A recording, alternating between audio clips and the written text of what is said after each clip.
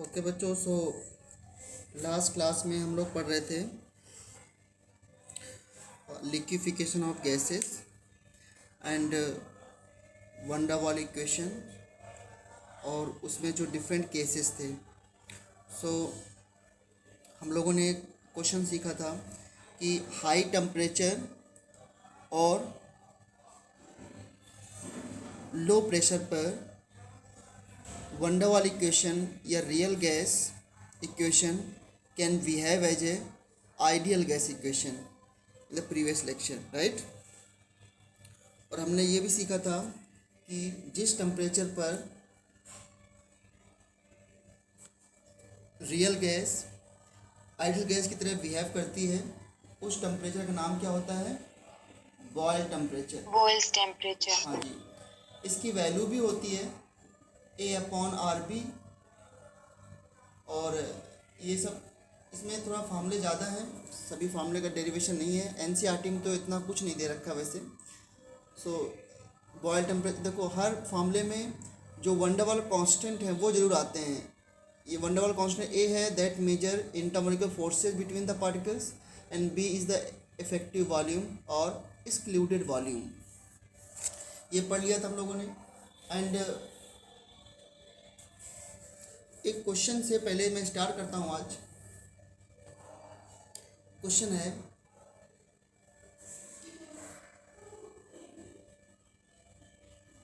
Critical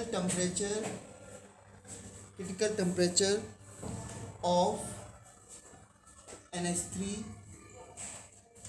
and CO2 are 405.5 Kelvin and 304 Kelvin respectively.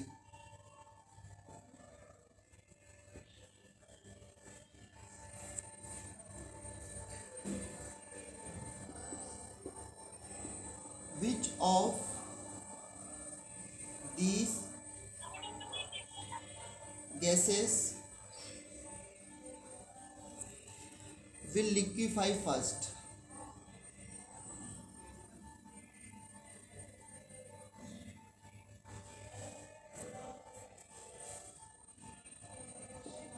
When you start cooling from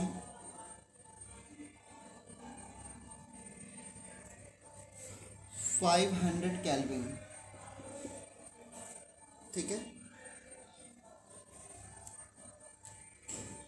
ये दो gases हैं। NH3 का critical temperature ये है और CO2 का क्रिटिकल टेम्परेचर ये है। आप लोगों को याद होगा what is critical temperature. Critical temperature इसको हम लोग TC से रिप्रेजेंट करते हैं। और क्या होता है critical temperature? The temperature above which gas can not be liquefied by applying pressure, or you can define the temperature below which a gas can be liquefied by applying pressure। तो मैंने कहा था कि इसे CO2 गैस का example दिया था कि CO2 गैस है, लेट्स से कि ये 50 डिग्री सेल्सियस पे है। तो अगर आप CO2 गैस को पर प्रेशर लगाते हो, CO2 गैस पर प्रेशर अप्लाई करते हो, तो it will not liquefy by applying pressure. क्योंकि मैंने कहा था कि लिक्विफाई करने के लिए किसी गैस को लिक्विफाई मीन्स गैस को लिक्विड में कन्वर्ट करने के लिए दो फैक्टर बहुत इंपॉर्टेंट हैं, टेम्परेचर और प्रेशर। और टेम्परेचर प्रेशर में भी temperature is the most important factor to convert gas into liquid. So मैंने कहा था कि गैस को पहले एक सर्टेन टेम्परेचर तक कूल करना पड़ता है। जब तक उस सर्टेन टेम्परेचर तक कूल नहीं करोगे तब तक गैस को लिक्विफाई नहीं किया सकता है। तो वही एक टेम्परेचर जिसके नीचे गैस को लिक्विफाई किया जा सकता है और जिसके ऊपर नहीं किया जा सकता है गैस को लिक्विफाई, उस टेम्परेचर का नाम होता है क्रिटिकल टेम्परेचर, ठीक है।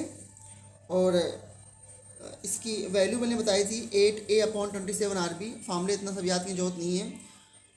नाउ तो याद करो क्रिटिकल टेम्परेचर CO2 का क्या था, मैंने बताया था 30.98 which is approximately 31 degree Celsius, right. That means 31 temperature से अगर CO2 गैस का टेम्परेचर ज़्यादा होगा तो you can not liquefy CO2 gas. और अगर 31 डिग्री सेल्सियस से नीचे है, चाहे भले वो 0.05 डिग्री सेल्सियस कम हो, you can liquefy CO2 gas. तो अब मुझे बताना है इस क्वेश्चन में कि अगर आप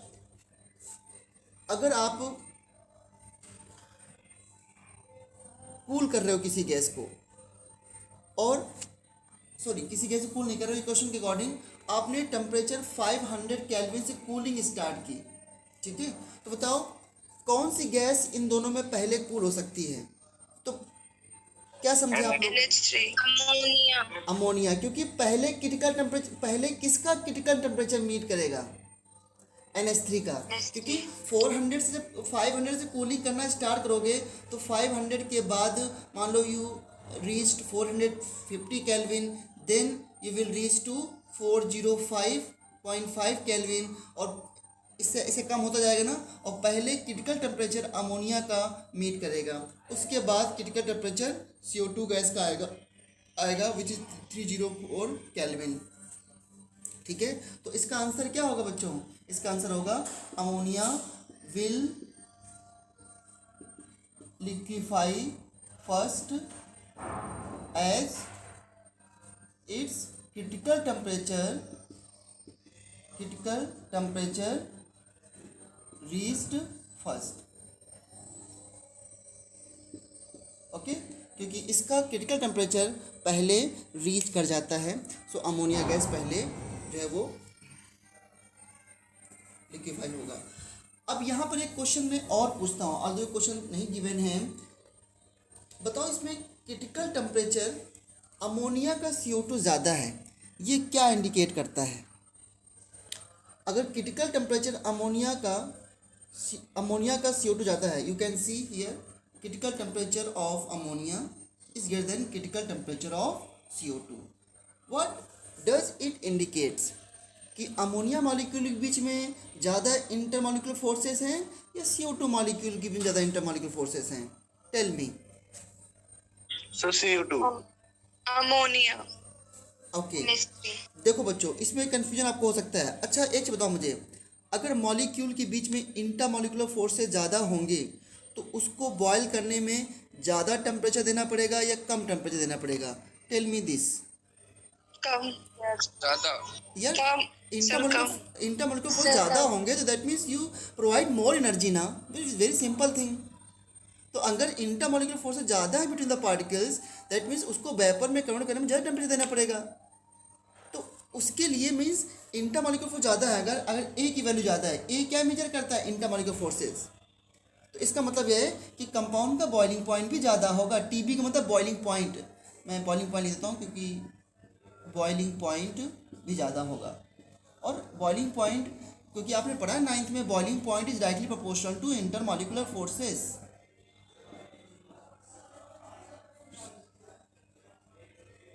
ठीक है। बॉइलिंग पॉइंट जो होता है वो इंटरमॉलिक्यूलर फोर्सेस के डायरेक्टली प्रोपोर्शनल होता है।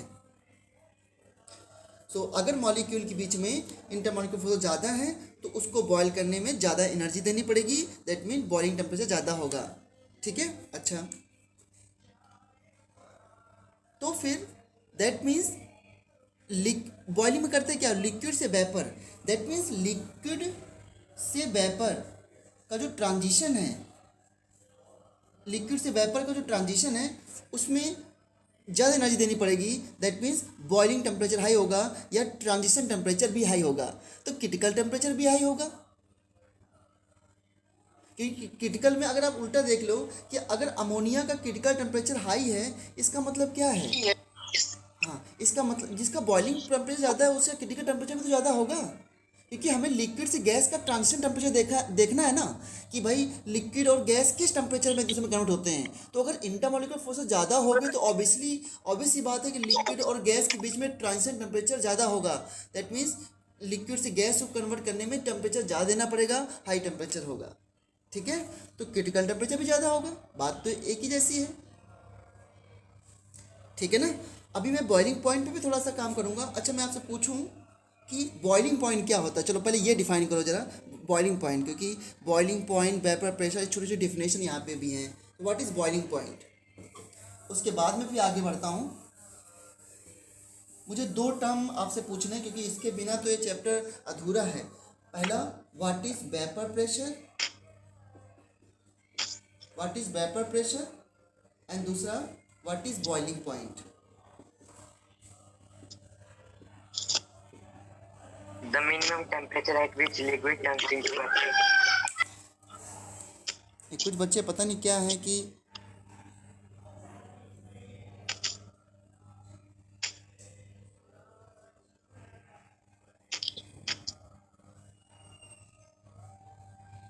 कुछ लोगों को ना पढ़ना है, दूसरों को पढ़ने देना है।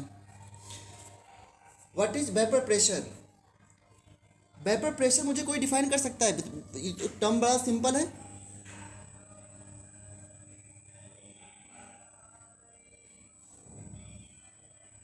The pressure exerted by the vapors on the liquid on the surface. खुशी आपने बताया ना बेटा, किसने बताया? Yes. Okay okay okay okay fine. हाँ देखो, वैसे तो डेफिनेशन बिल्कुल सिंपल लग रही है, the pressure exerted by vapour, but अब हम 11th में आ गए हैं तो हम इसकी बहुत ही स्टैंडर्ड डेफिनेशन सीखेंगे, क्योंकि ये वेपर प्रेशर तो 11th में तो सिर्फ इसकी डेफिनेशन है, 12th में इसमें बड़ा एप्लीकेशन है। देखो ध्यान देना, ये तो ठीक है, the pressure exerted by vapour, इतना तो सही बच्चों पता होना चाहिए। The pressure exerted by vapour over the surface of liquid is called vapour pressure, यही सही डेफिनेशन है। बट थोड़ा समझते हैं, देखो ध्यान से। देखो बच्चों, these are the liquid particles, ये लिक्विड है, liquid state, you can say this is a liquid state. Now अगर आप इस लिक्विड को हीट करते हो, ये बिल्कुल वैसे है जैसे बच्चों आपने इवेपोरेशन पढ़ा था, इवेपोरेशन, बट उसमें भी ओपन होता है। देखो सो अगर इसको आप हीट करते हो, ये प्रोवाइड एनर्जी, तो क्या होगा, ये जो लिक्विड के पार्टिकल्स हैं ये वेपर में कन्वर्ट होंगे, यानी कि गैस में कन्वर्ट होंगे, ठीक है। अच्छा, इंटरमॉलिक्यूलर स्पेसेस किसके बीच में ज़्यादा होता है, लिक्विड में या गैस में? गैस में, क्योंकि गैस के पार्टिकल, देखो मैंने यहाँ दूध बनाया है। इंटरमॉलिक्यूलर स्पेसेस किस में ज़्यादा होता है? मैं इंटरमॉलिक्यूलर फोर्सेस की बात नहीं कर रहा हूँ, स्पेसेस। तो इंटरमॉलिक्यूलर स्पेसेस तो गैस, हाँ गैस में ज़्यादा होगा। Yes yes. अभी जो गैस के पार्टिकल बच्चों बने हैं after heating, suppose the container is closed, तो this gas particle will collide wall of the container, isn't it? ये वॉश ऑफ द कंटेनर से कोलाइड करेंगे, और कोलाइड करेंगे तो दे विल एक्सर्ट प्रेशर, ठीक है ना। ये क्या एक्सर्ट करेंगे? प्रेशर। लेकिन अच्छा बताओ, पहले मान लो 2 गैस के पार्टिकल्स बने, फिर 4 बन गए, फिर 5 बन गए, गैस की जगह मैं इसको वेपर पार्टिकल बोलूँगा। पहले 5 वेपर के पार्टिकल बने, फिर 10 बन गए, तो प्रेशर धीरे धीरे बढ़ रहा है कि घट रहा है बच्चों कंटेनर के अंदर?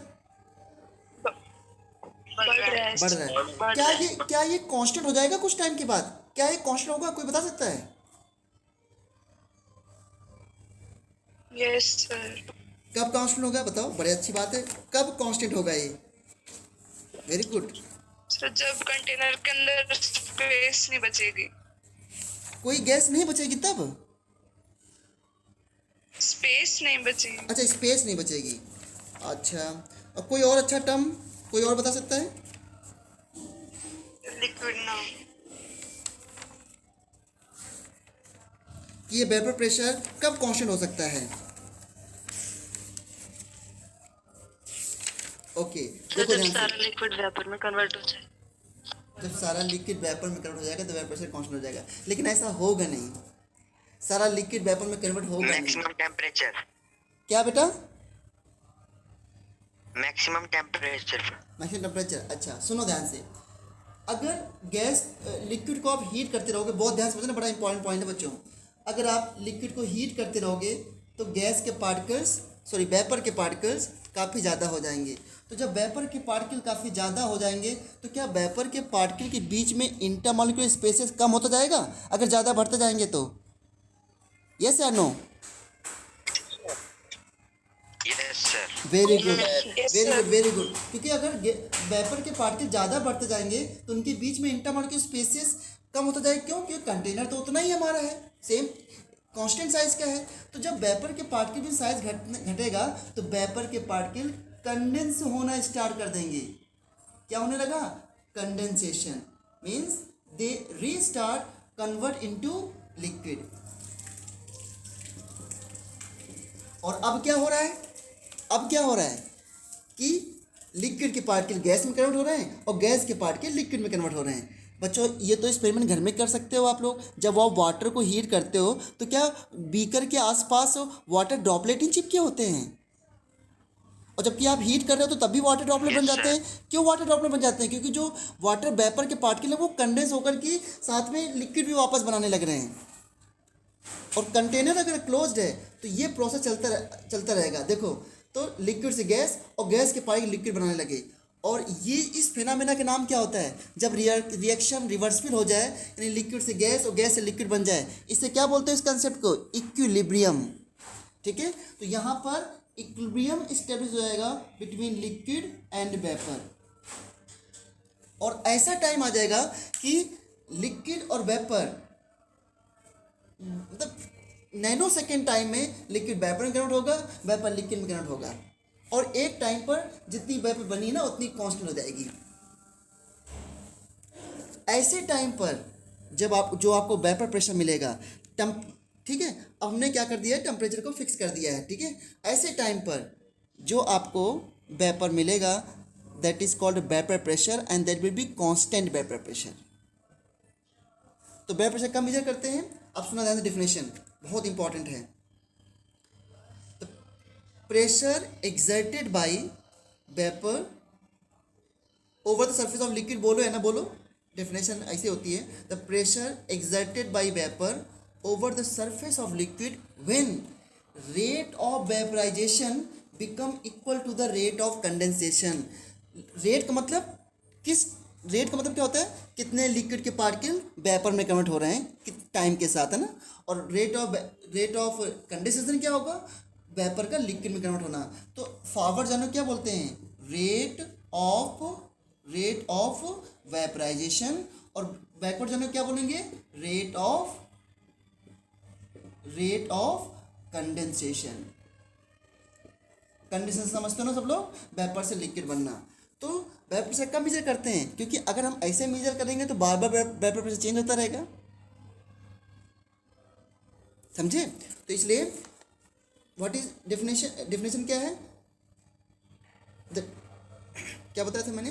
हाँ, vapour pressure is the pressure exerted by vapour over the surface of liquid when rate of vaporisation become equal to the rate of condensation. That mean जब अंदर क्या आ जाए? इक्विलिब्रियम। इसे मैं लिख देता हूँ एक बार। Pressure exerted by vapour over the surface of liquid when rate of vaporization equal to rate of condensation। ठीक है, लाइक दिस। और वेपर प्रेशर किस बात पे डिपेंड करता है? देखो वैसे तो ये आगे 12th में है, लेकिन अभी एक दो पॉइंट समझ लेते हैं। बच्चों बताओ जरा, वेपर प्रेशर टेम्परेचर बढ़ाने से बढ़ेगा कि घटेगा? Tell me fast. बढ़ेगा। क्योंकि टेम्परेचर आप बढ़ाओगे तो ज़्यादा से ज़्यादा लिक्विड वेपर में कन्वर्ट होंगे और फिर वो उतना ही ज़्यादा वेपर प्रेशर क्रिएट करेंगे क्योंकि वॉल्स ऑफ द कंडेंस टकराएंगे। और दूसरा बच्चों, वेपर प्रेशर इंटरमॉलिक्यूलर फोर्सेस के डायरेक्टली प्रोपोर्शनल होना चाहिए या इन्वर्सली प्रोपोर्शनल होना चाहिए? ये बड़ा इंटरेस्टिंग क्वेश्चन है, बताओ जरा। वेपर प्रेशर इंटरमॉलिक्यूलर फोर्सेस के डायरेक्टली प्रोपोर्शनल या inversely proportional? Sir, inversely. Inversely. हाँ, किसी बच्चे ने सबसे पहले बोला था। Very good, very good, very good. क्यों? क्योंकि सिंपल सी बात है कि अगर मान लो ए टाइप के मॉलिक्यूल्स हैं, इनके बीच ये जुड़े हुए हैं इस तरीके से, अगर इसको आप वेपर में कन्वर्ट करना चाहते हो और दूसरे बी टाइप के मॉलिक्यूल्स हैं, इनके बीच में इंटरमॉलिक्यूलर फोर्सेस हैं, तो अगर ए मॉलिक्यूल के बीच में इंटरमॉलिक्यूलर फोर्सेस स्ट्रॉन्ग है, that means you have to provide more energy to convert into vapour. तो अगर इंटरमॉलिक्यूलर फोर्सेस ज़्यादा होंगे तो दैट मीन्स उसको ज़्यादा टेम्परेचर देना पड़ेगा, और यहाँ पर मान लो इंटरमॉलिक्यूलर फोर्सेस वीक है, तो अगर सेम टेम्परेचर बात की जाए, ऐसा देखो अगर हम कंपेयर करेंगे ना इंटरमॉलिक्यूलर फोर्सेस के साथ, तो सेम टेम्परेचर पे कंपेयर करेंगे। अब ए मॉलिक्यूल के बीच में इंटरमॉलिक्यूलर फोर्स ज़्यादा है, बी में कम है, तो अगर मान लो मैं 50 डिग्री पे पूछूं कि किसके वेपर ज़्यादा बनेंगे, तो हम बोलेंगे कि इसके बीच में इंटरमॉलिक्यूलर फोर्सेस कम है, तो ये ज़्यादा वेपर बन जाएगा और ये कम वेपर बनेंगे, तो ज़्यादा वेपर बन जाएगा ये, तो फिर ज़्यादा वेपर प्रेशर क्रिएट करेगा। इसका मतलब है कि vapour pressure is inversely proportional to intermolecular forces. ठीक है,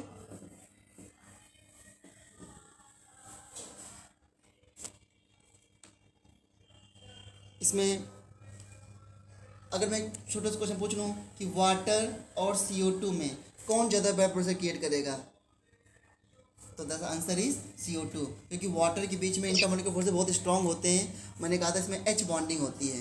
इंटरमॉलिक्यूलर फोर्सेस भी अभी पढ़ना है वैसे, बट इसमें कर सकते हो क्योंकि वाटर लिक्विड होता है रूम टेम्परेचर पे, और इसके बीच में इंटरमॉलिक्यूलर फोर्सेस ज़्यादा स्ट्रांग होते हैं। तो वेपर प्रेशर में बस ये छोटी सी बातें ध्यान रखना ज़रूरी है, क्योंकि चैप्टर में कहीं कहीं क्वेश्चन में आपको दिक्कत ना आ जाए। और एक जो आपने 9th में पढ़ के आए हो, व्हाट इज़ बॉइलिंग पॉइंट, मुझे जानना है कि बॉइलिंग पॉइंट की रियल डेफिनेशन किसको पता है, बॉइलिंग पॉइंट क्या होता है। प्लीज़ ये मत कहना कि the conversion of liquid into gas is called a boiling point. इसके अलावा अगर कोई Sir, the डिफरेंस, minimum हाँ tell me temperature at which the liquid particle. Okay चलो फिर से ट्राई करो। गर्ल जो बोल रही थी उसको पहले बोलने दो, बोलो बेटा। The temperature at which the vapor pressure of a liquid equals the pressure surrounding the liquid. अच्छा, When atmospheric pressure is equals to vapor pressure of a liquid. हाँ वेरी गुड, ये सपना ने बताया ना, खुशी ओके खुशी। हाँ, यही डेफिनेशन बिल्कुल परफेक्ट डेफिनेशन है, और इसी डेफिनेशन से बॉइलिंग पॉइंट पे बहुत सारे क्वेश्चन 12th क्लास में है, तो आप समझ पाओगे। देखो बेसिस 11th का सिलेबस बहुत ज़्यादा है, लेकिन 11th से ही बेस क्लियर होता है। 11th में आप बहुत सारा पढ़ सकते हो, फिर 12th में एंजॉय कर सकते हो। ठीक है, तो बॉइलिंग पॉइंट क्या होता है, अब ये कह सकते हो ठीक है 9th में पढ़ा है कि भाई the temperature at which liquid convert into vapour या liquid convert into gas is called a boiling point. ठीक है, बट एक्चुअल में डेफिनेशन क्या होती है, द टेम्परेचर, मैं लिखता हूँ, the temperature at which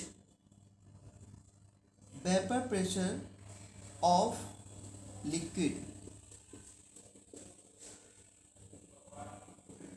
convert into vapor pressure of liquid becomes equal to atmospheric pressure.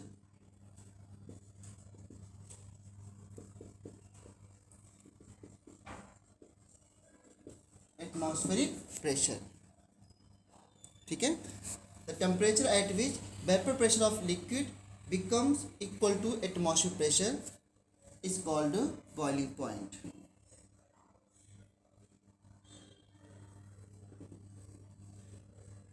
Boiling point, ध्यान रखना बच्चों, इस चैप्टर में ये कंफ्यूज मत होना कि बॉइलिंग पॉइंट और बॉयल टेम्परेचर बिल्कुल अलग हैं।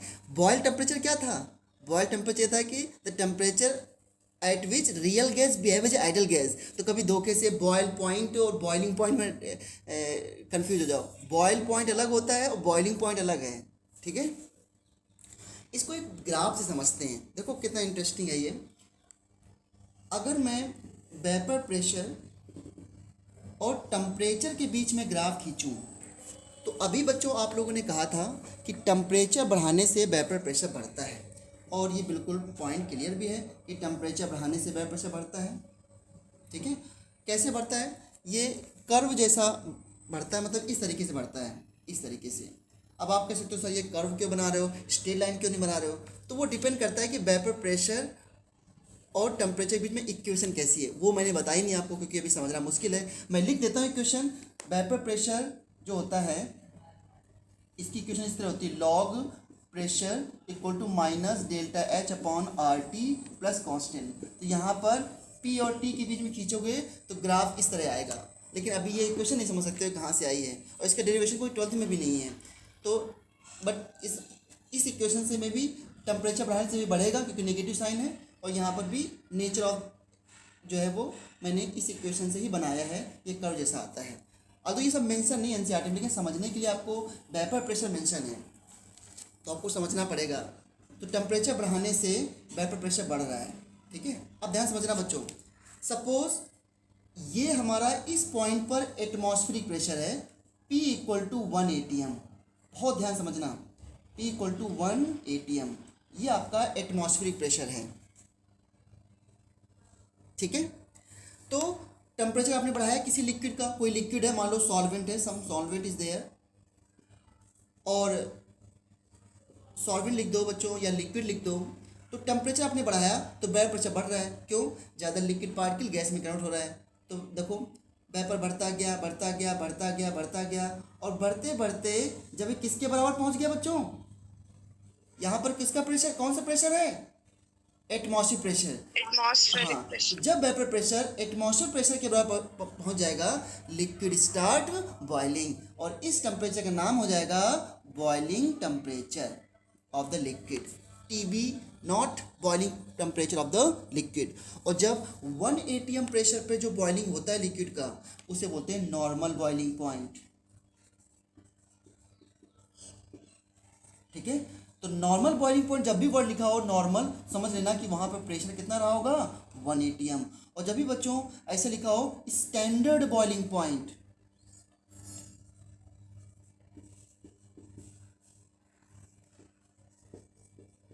स्टैंडर्ड बॉइलिंग पॉइंट लिखा हो तो समझ लेना कि वहाँ पर प्रेशर जो है वो 1 बार है, क्योंकि STP पर स्टैंडर्ड टेम्परेचर प्रेशर पे प्रेशर 1 बार लेते हैं, और NTP पर प्रेशर 1 atm लेते हैं।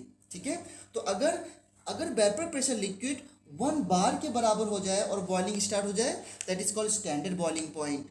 और अगर vapour pressure of the liquid become equal to the 1 atm 1 atmospheric pressure, that is called normal boiling point. तो आप समझ गए होंगे यहाँ से कि देखो कैसे जब वेपर प्रेशर बढ़ते बढ़ते एटमॉस्फेरिक प्रेशर के बराबर हो जाए, ये प्रेशर कौन सा था यहाँ पर, एटमॉस्फेरिक प्रेशर।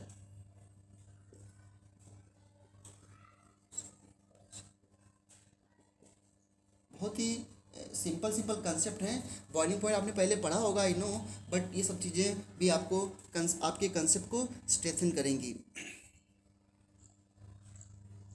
सभी को क्लियर है? और एक पॉइंट सबको पता है कि boiling point is directly proportional to intermolecular forces, और बिल्कुल अंडरस्टूड है ये वर्ड। मॉलिक्यूल के बीच में इंटरमॉलिक्यूलर फोर्सेस ज़्यादा होंगे तो उसको ज़्यादा एनर्जी देनी पड़ेगी टू कन्वर्ट इनटू गैस। ठीक है, बिल्कुल क्लियर बच्चों? चलो, अब एक बड़ा अच्छा क्वेश्चन मेरे मन में अभी और आ गया है, और ये क्वेश्चन से भी एक छोटा सा कंसेप्ट क्लियर होगा आपको। कोई बता सकता है what is the difference between vapour and gas? कितना अच्छा क्वेश्चन है।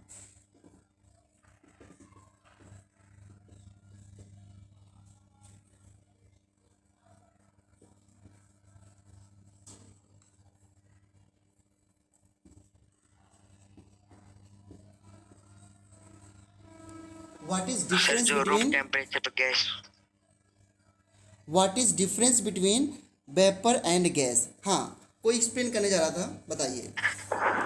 सर जो रूम टेम्परेचर पर गैस स्टेट में वो गैस, और जो हीट करने पे गैस स्टेट में चेंज हो वेपर। हाँ, very good Hemant, very good. अच्छा बताओ बच्चों, परमानेंट गैसेस कौन होती हैं? जैसे जो परमानेंट गैसेज ही हो, यानी रूम टेम्परेचर पे O2, N2, helium, neon, argon, ये सब क्या हैं? परमानेंट गैसेज ना। लेकिन और कोई स्टैंडर्ड तरीके डिफाइन कर सकता है क्या?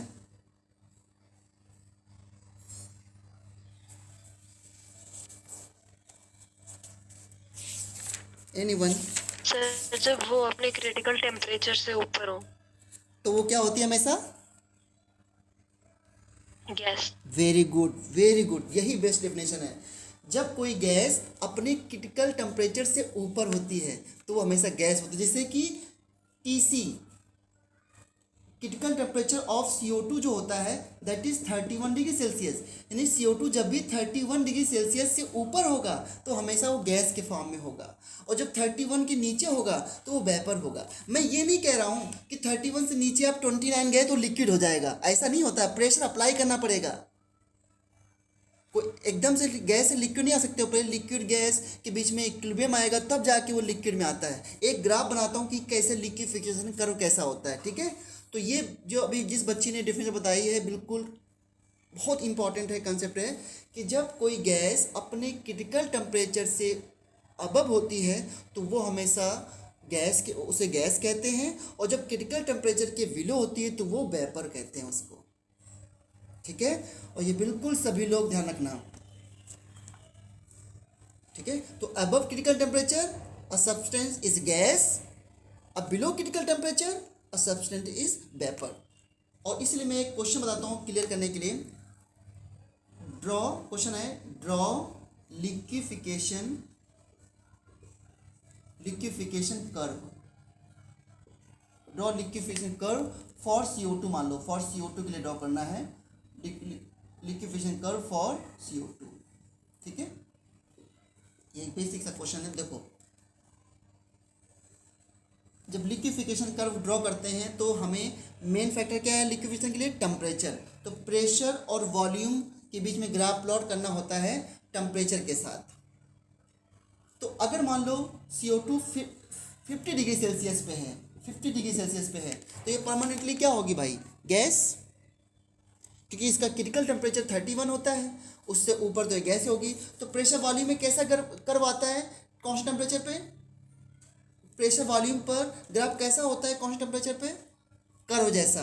और उस कर्व का नाम क्या होता है? आइसोथर्मल। याद करो इस तरीके से जब हमने रेक्टेंगुलर हाइपरबोला बनाया था, है ना। तो ये CO2 गैस का 50 डिग्री सेल्सियस पे ग्राफ है at constant temperature T, at constant temperature T। ये सब मैं बता चुका हूँ बच्चों कि प्रेशर वॉल्यूम के बीच में ऐसा ग्राफ बनाया था मैंने। अब मान लो CO2 को आप कूल कर रहे हो लिक्विफाई करने के लिए, तो जब कूल कर रहे हो तो ये shape of the curve will change.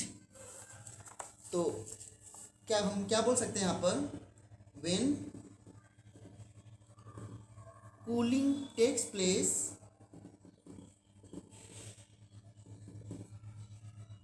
Shape of the curve changes, ठीक है। जब कूलिंग होती है तो shape of the curve changes, ठीक है। तो मैं देखो कैसे बनाऊंगा, मैं सीधा 31 से नीचे ले आता हूँ इसको। देखो तो एक्चुअल में जब लिक्विफिकेशन होता है तो ग्राफ कैसा दिखता है? ऐसे करके और ऐसे हो जाता है। क्या मतलब इसका बच्चों बताना, बहुत ध्यान समझना। और भी बीच में ग्राफ हो सकते हैं लेकिन मैं फाइनल ग्राफ बना रहा हूँ। यहाँ पर प्रेशर बहुत हाई है ना, यहाँ प्रेशर बहुत हाई है ना, और यहाँ प्रेशर सबसे कम है। अब मुझे बताना जरा, ओ शिट,